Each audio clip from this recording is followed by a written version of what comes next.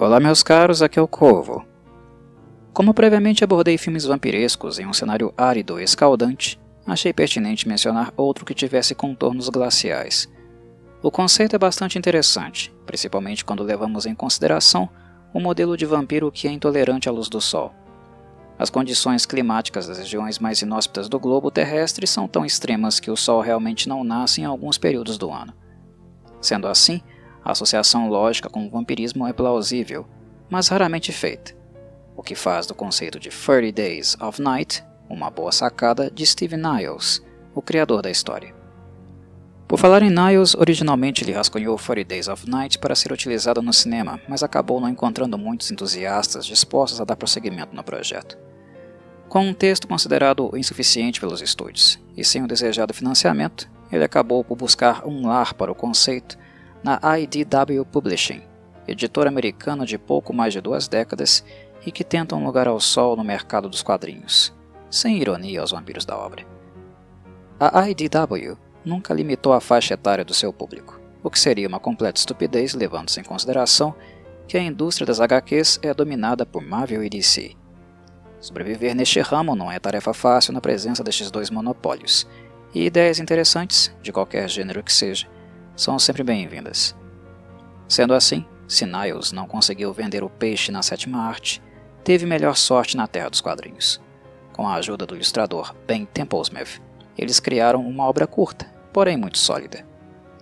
30 Days of Night é mais um caso de ideias interessantes perdidas numa grande pilha dos estúdios cinematográficos, negligenciada pela pressa e consequente pouco aprofundamento do conceito dos autores.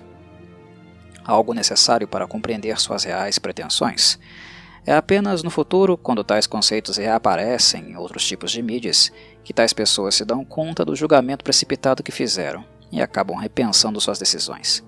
Mas é claro, com o custo adicional da propriedade agora estar vinculada a outra empresa e os direitos autorais sobre elas serem bem mais caros. Em suma, 30 Days of Night é um roteiro de filme que virou quadrinho, que por sua vez acabou por virar novamente roteiro de filme. Vamos ao que importa. O filme é bom? Eu não diria que ele é ruim. É aceitável, principalmente quando levamos em consideração a escassez de obras vampirescas sanguinolentas na primeira década dos anos 2000. Os vampiros de 30 Days of Night são bestiais, rudimentares e cruéis, possuem uma sede gigantesca e são obrigados a hibernar por grandes períodos. Seu trunfo foi fazer que os humanos acreditassem que eles são apenas material de ficção científica, e conseguiram isso graças a longos períodos de ausência e muita discrição. Ser infectado pela condição que os aflige, transferida não apenas pela mordida, mas também por um simples arranhão, não oferece o melhor dos cenários. Não há glamour aqui.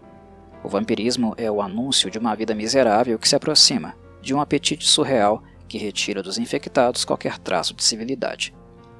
Quando os vampiros optaram por migrar para o norte em um passado distante, que remete a séculos, tal escolha se baseou única e exclusivamente na necessidade de sobrevivência. Mas se por um lado o sol é mais escasso, por outro a fauna e a flora destes locais não são tão ricas como nas regiões temperadas e tropicais. Os humanos que vivem próximos das geleiras naturalmente são alvos, mas também um recurso escasso. Os vampiros não podem matar todos, pois isso significaria sua total condenação. Por tal motivo, seus ataques são estratégicos e ocorrem entre grandes espaços de tempo. Eles atacam por períodos curtos e passam uma eternidade sem dar as caras novamente. Literalmente hibernam. Na medida em que os povos vão evoluindo, se organizando e desenvolvendo seus vilarejos, o planejamento vampiresco necessita de maior refino. Não basta que eles ataquem e trucidem os humanos, algo que eles efetivamente fazem. Mas, como sua grande vantagem é o desconhecimento dos humanos sobre sua existência, o que custou eras de hibernação para ser alcançado, cada novo ataque necessita ser feito de maneira precisa, rápida, impiedosa e com tempo suficiente para que eles consigam cobrir todos os rastros. A cidade de Barrow, no Alasca, serve como o palco da vez. Como é natural em períodos mais escuros do ano, a maior parte da população migra para o sul de maneira a evitar o frio insuportável e também efeitos colaterais outros, como a depressão, por exemplo. São poucos que conseguem ter resiliência quando estão imersos nas trevas. Em Barrow, as autoridades locais, representadas por Eben e Stella, interpretados por Josh Hartnett e Melissa George, um casal que enfrenta uma crise de relacionamento, se junta a outros poucos malucos que acabam por ficar na cidade, seja por vontade própria ou por acidente, no caso de Stella. Os 30 dias, obviamente, são o período que os vampiros terão para se fartar destes pobres coitados, e depois dar um jeito de fazer parecer que a cidade foi acometida por uma grande calamidade. Tudo isso antes do sol retornar.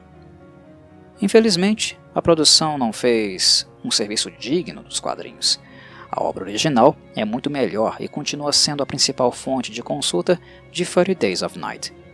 Mas, de certo modo, o filme ainda merece lembrança por retornar ao básico, e principalmente ao gênero horror, numa era onde o vampirismo migrava para dramalhões adolescentescos que não acrescentavam absolutamente nada.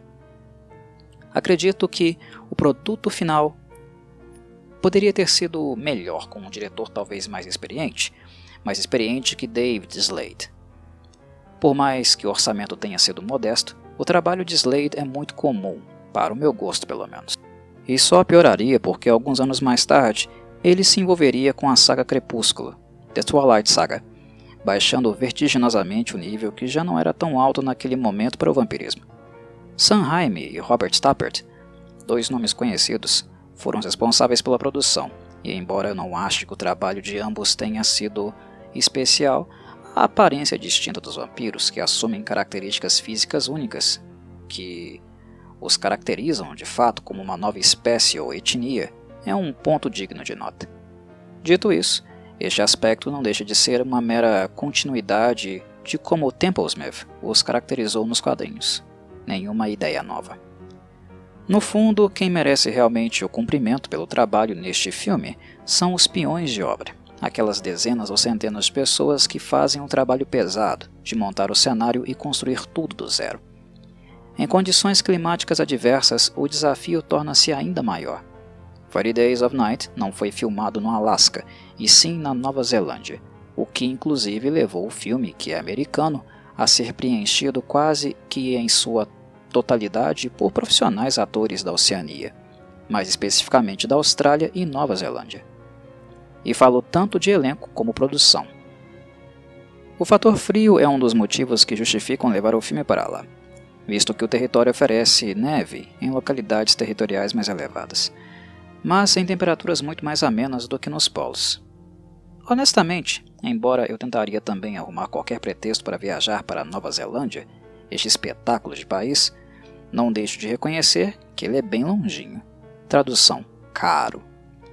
Havia outras opções na Europa, e as quais eu acredito que talvez seriam um pouco mais módicas, mas enfim, foi lá que escolheram filmar. E a turma da produção, que não tem nada a ver com isso, a maioria já era de casa, arregaçaram as mangas com vontade e construíram a pequena cidade de Barrow do zero. Eles utilizaram neve real e ainda filmaram boa parte do filme durante o dia. A escuridão que vemos foi produzida artificialmente. E o filme como um todo foi finalizado dentro de um período de 80 dias, estupidamente rápido para um longa hollywoodiano de quase 2 horas de duração. Pergunto-me se isso não influenciou no resultado final. O filme, inquestionavelmente, ficou muito apressado em vários momentos. Dito isso, se refletirmos bem, cairemos na máxima da dificuldade de adaptar uma obra longa para um filme curto. 30 Days of Night ganhou apenas 3 volumes, que são mais do que suficiente para contar a história desejada. Mas para um filme com quase 2 horas é realmente um desafio. Por isso mesmo, recomendo a leitura dos quadrinhos além de assistir o filme, pois a obra original é densa e os personagens muito mais interessantes. Eles ganham contornos e camadas mais profundas e que não estão presentes no filme. O protagonismo de 30 Days of Night no filme é formado por atores de segunda prateleira, algo que também não ajuda.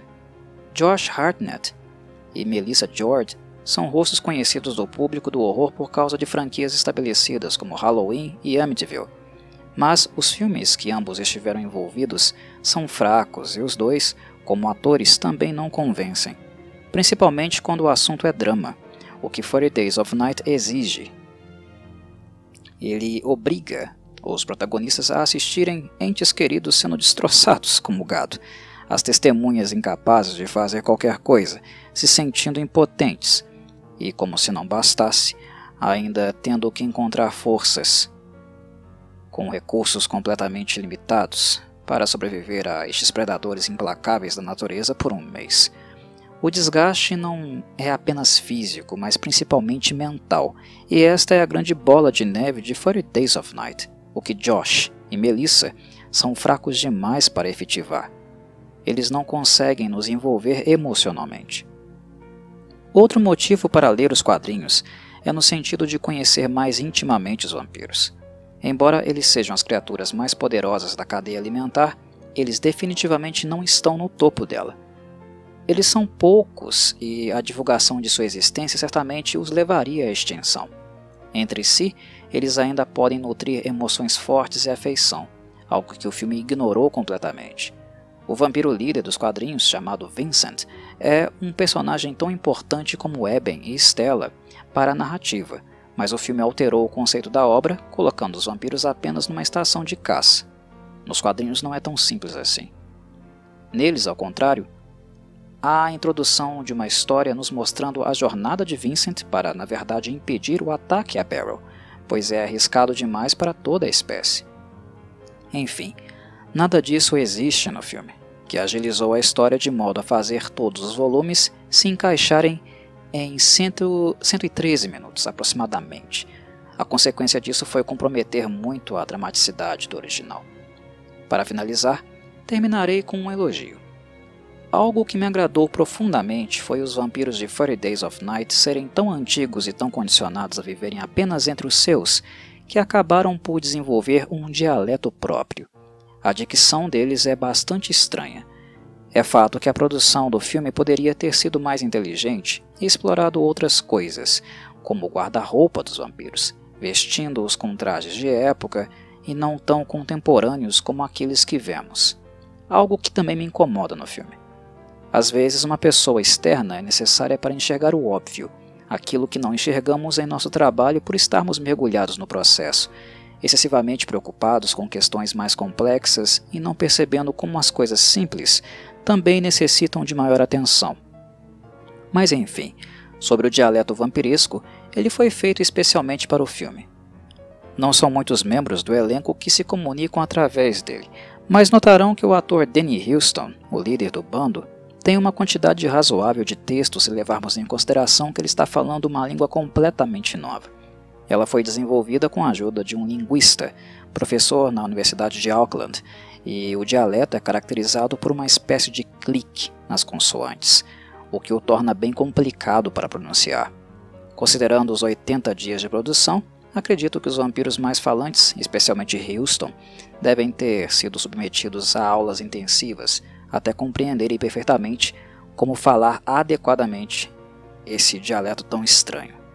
Ficou muito bom e convincente, eu realmente gostei. Creio que estas sejam as informações mais essenciais sobre 40 Days of Night de qualquer modo, e espero que tenham gostado da apresentação. Um abraço a todos e saudações, Corvides.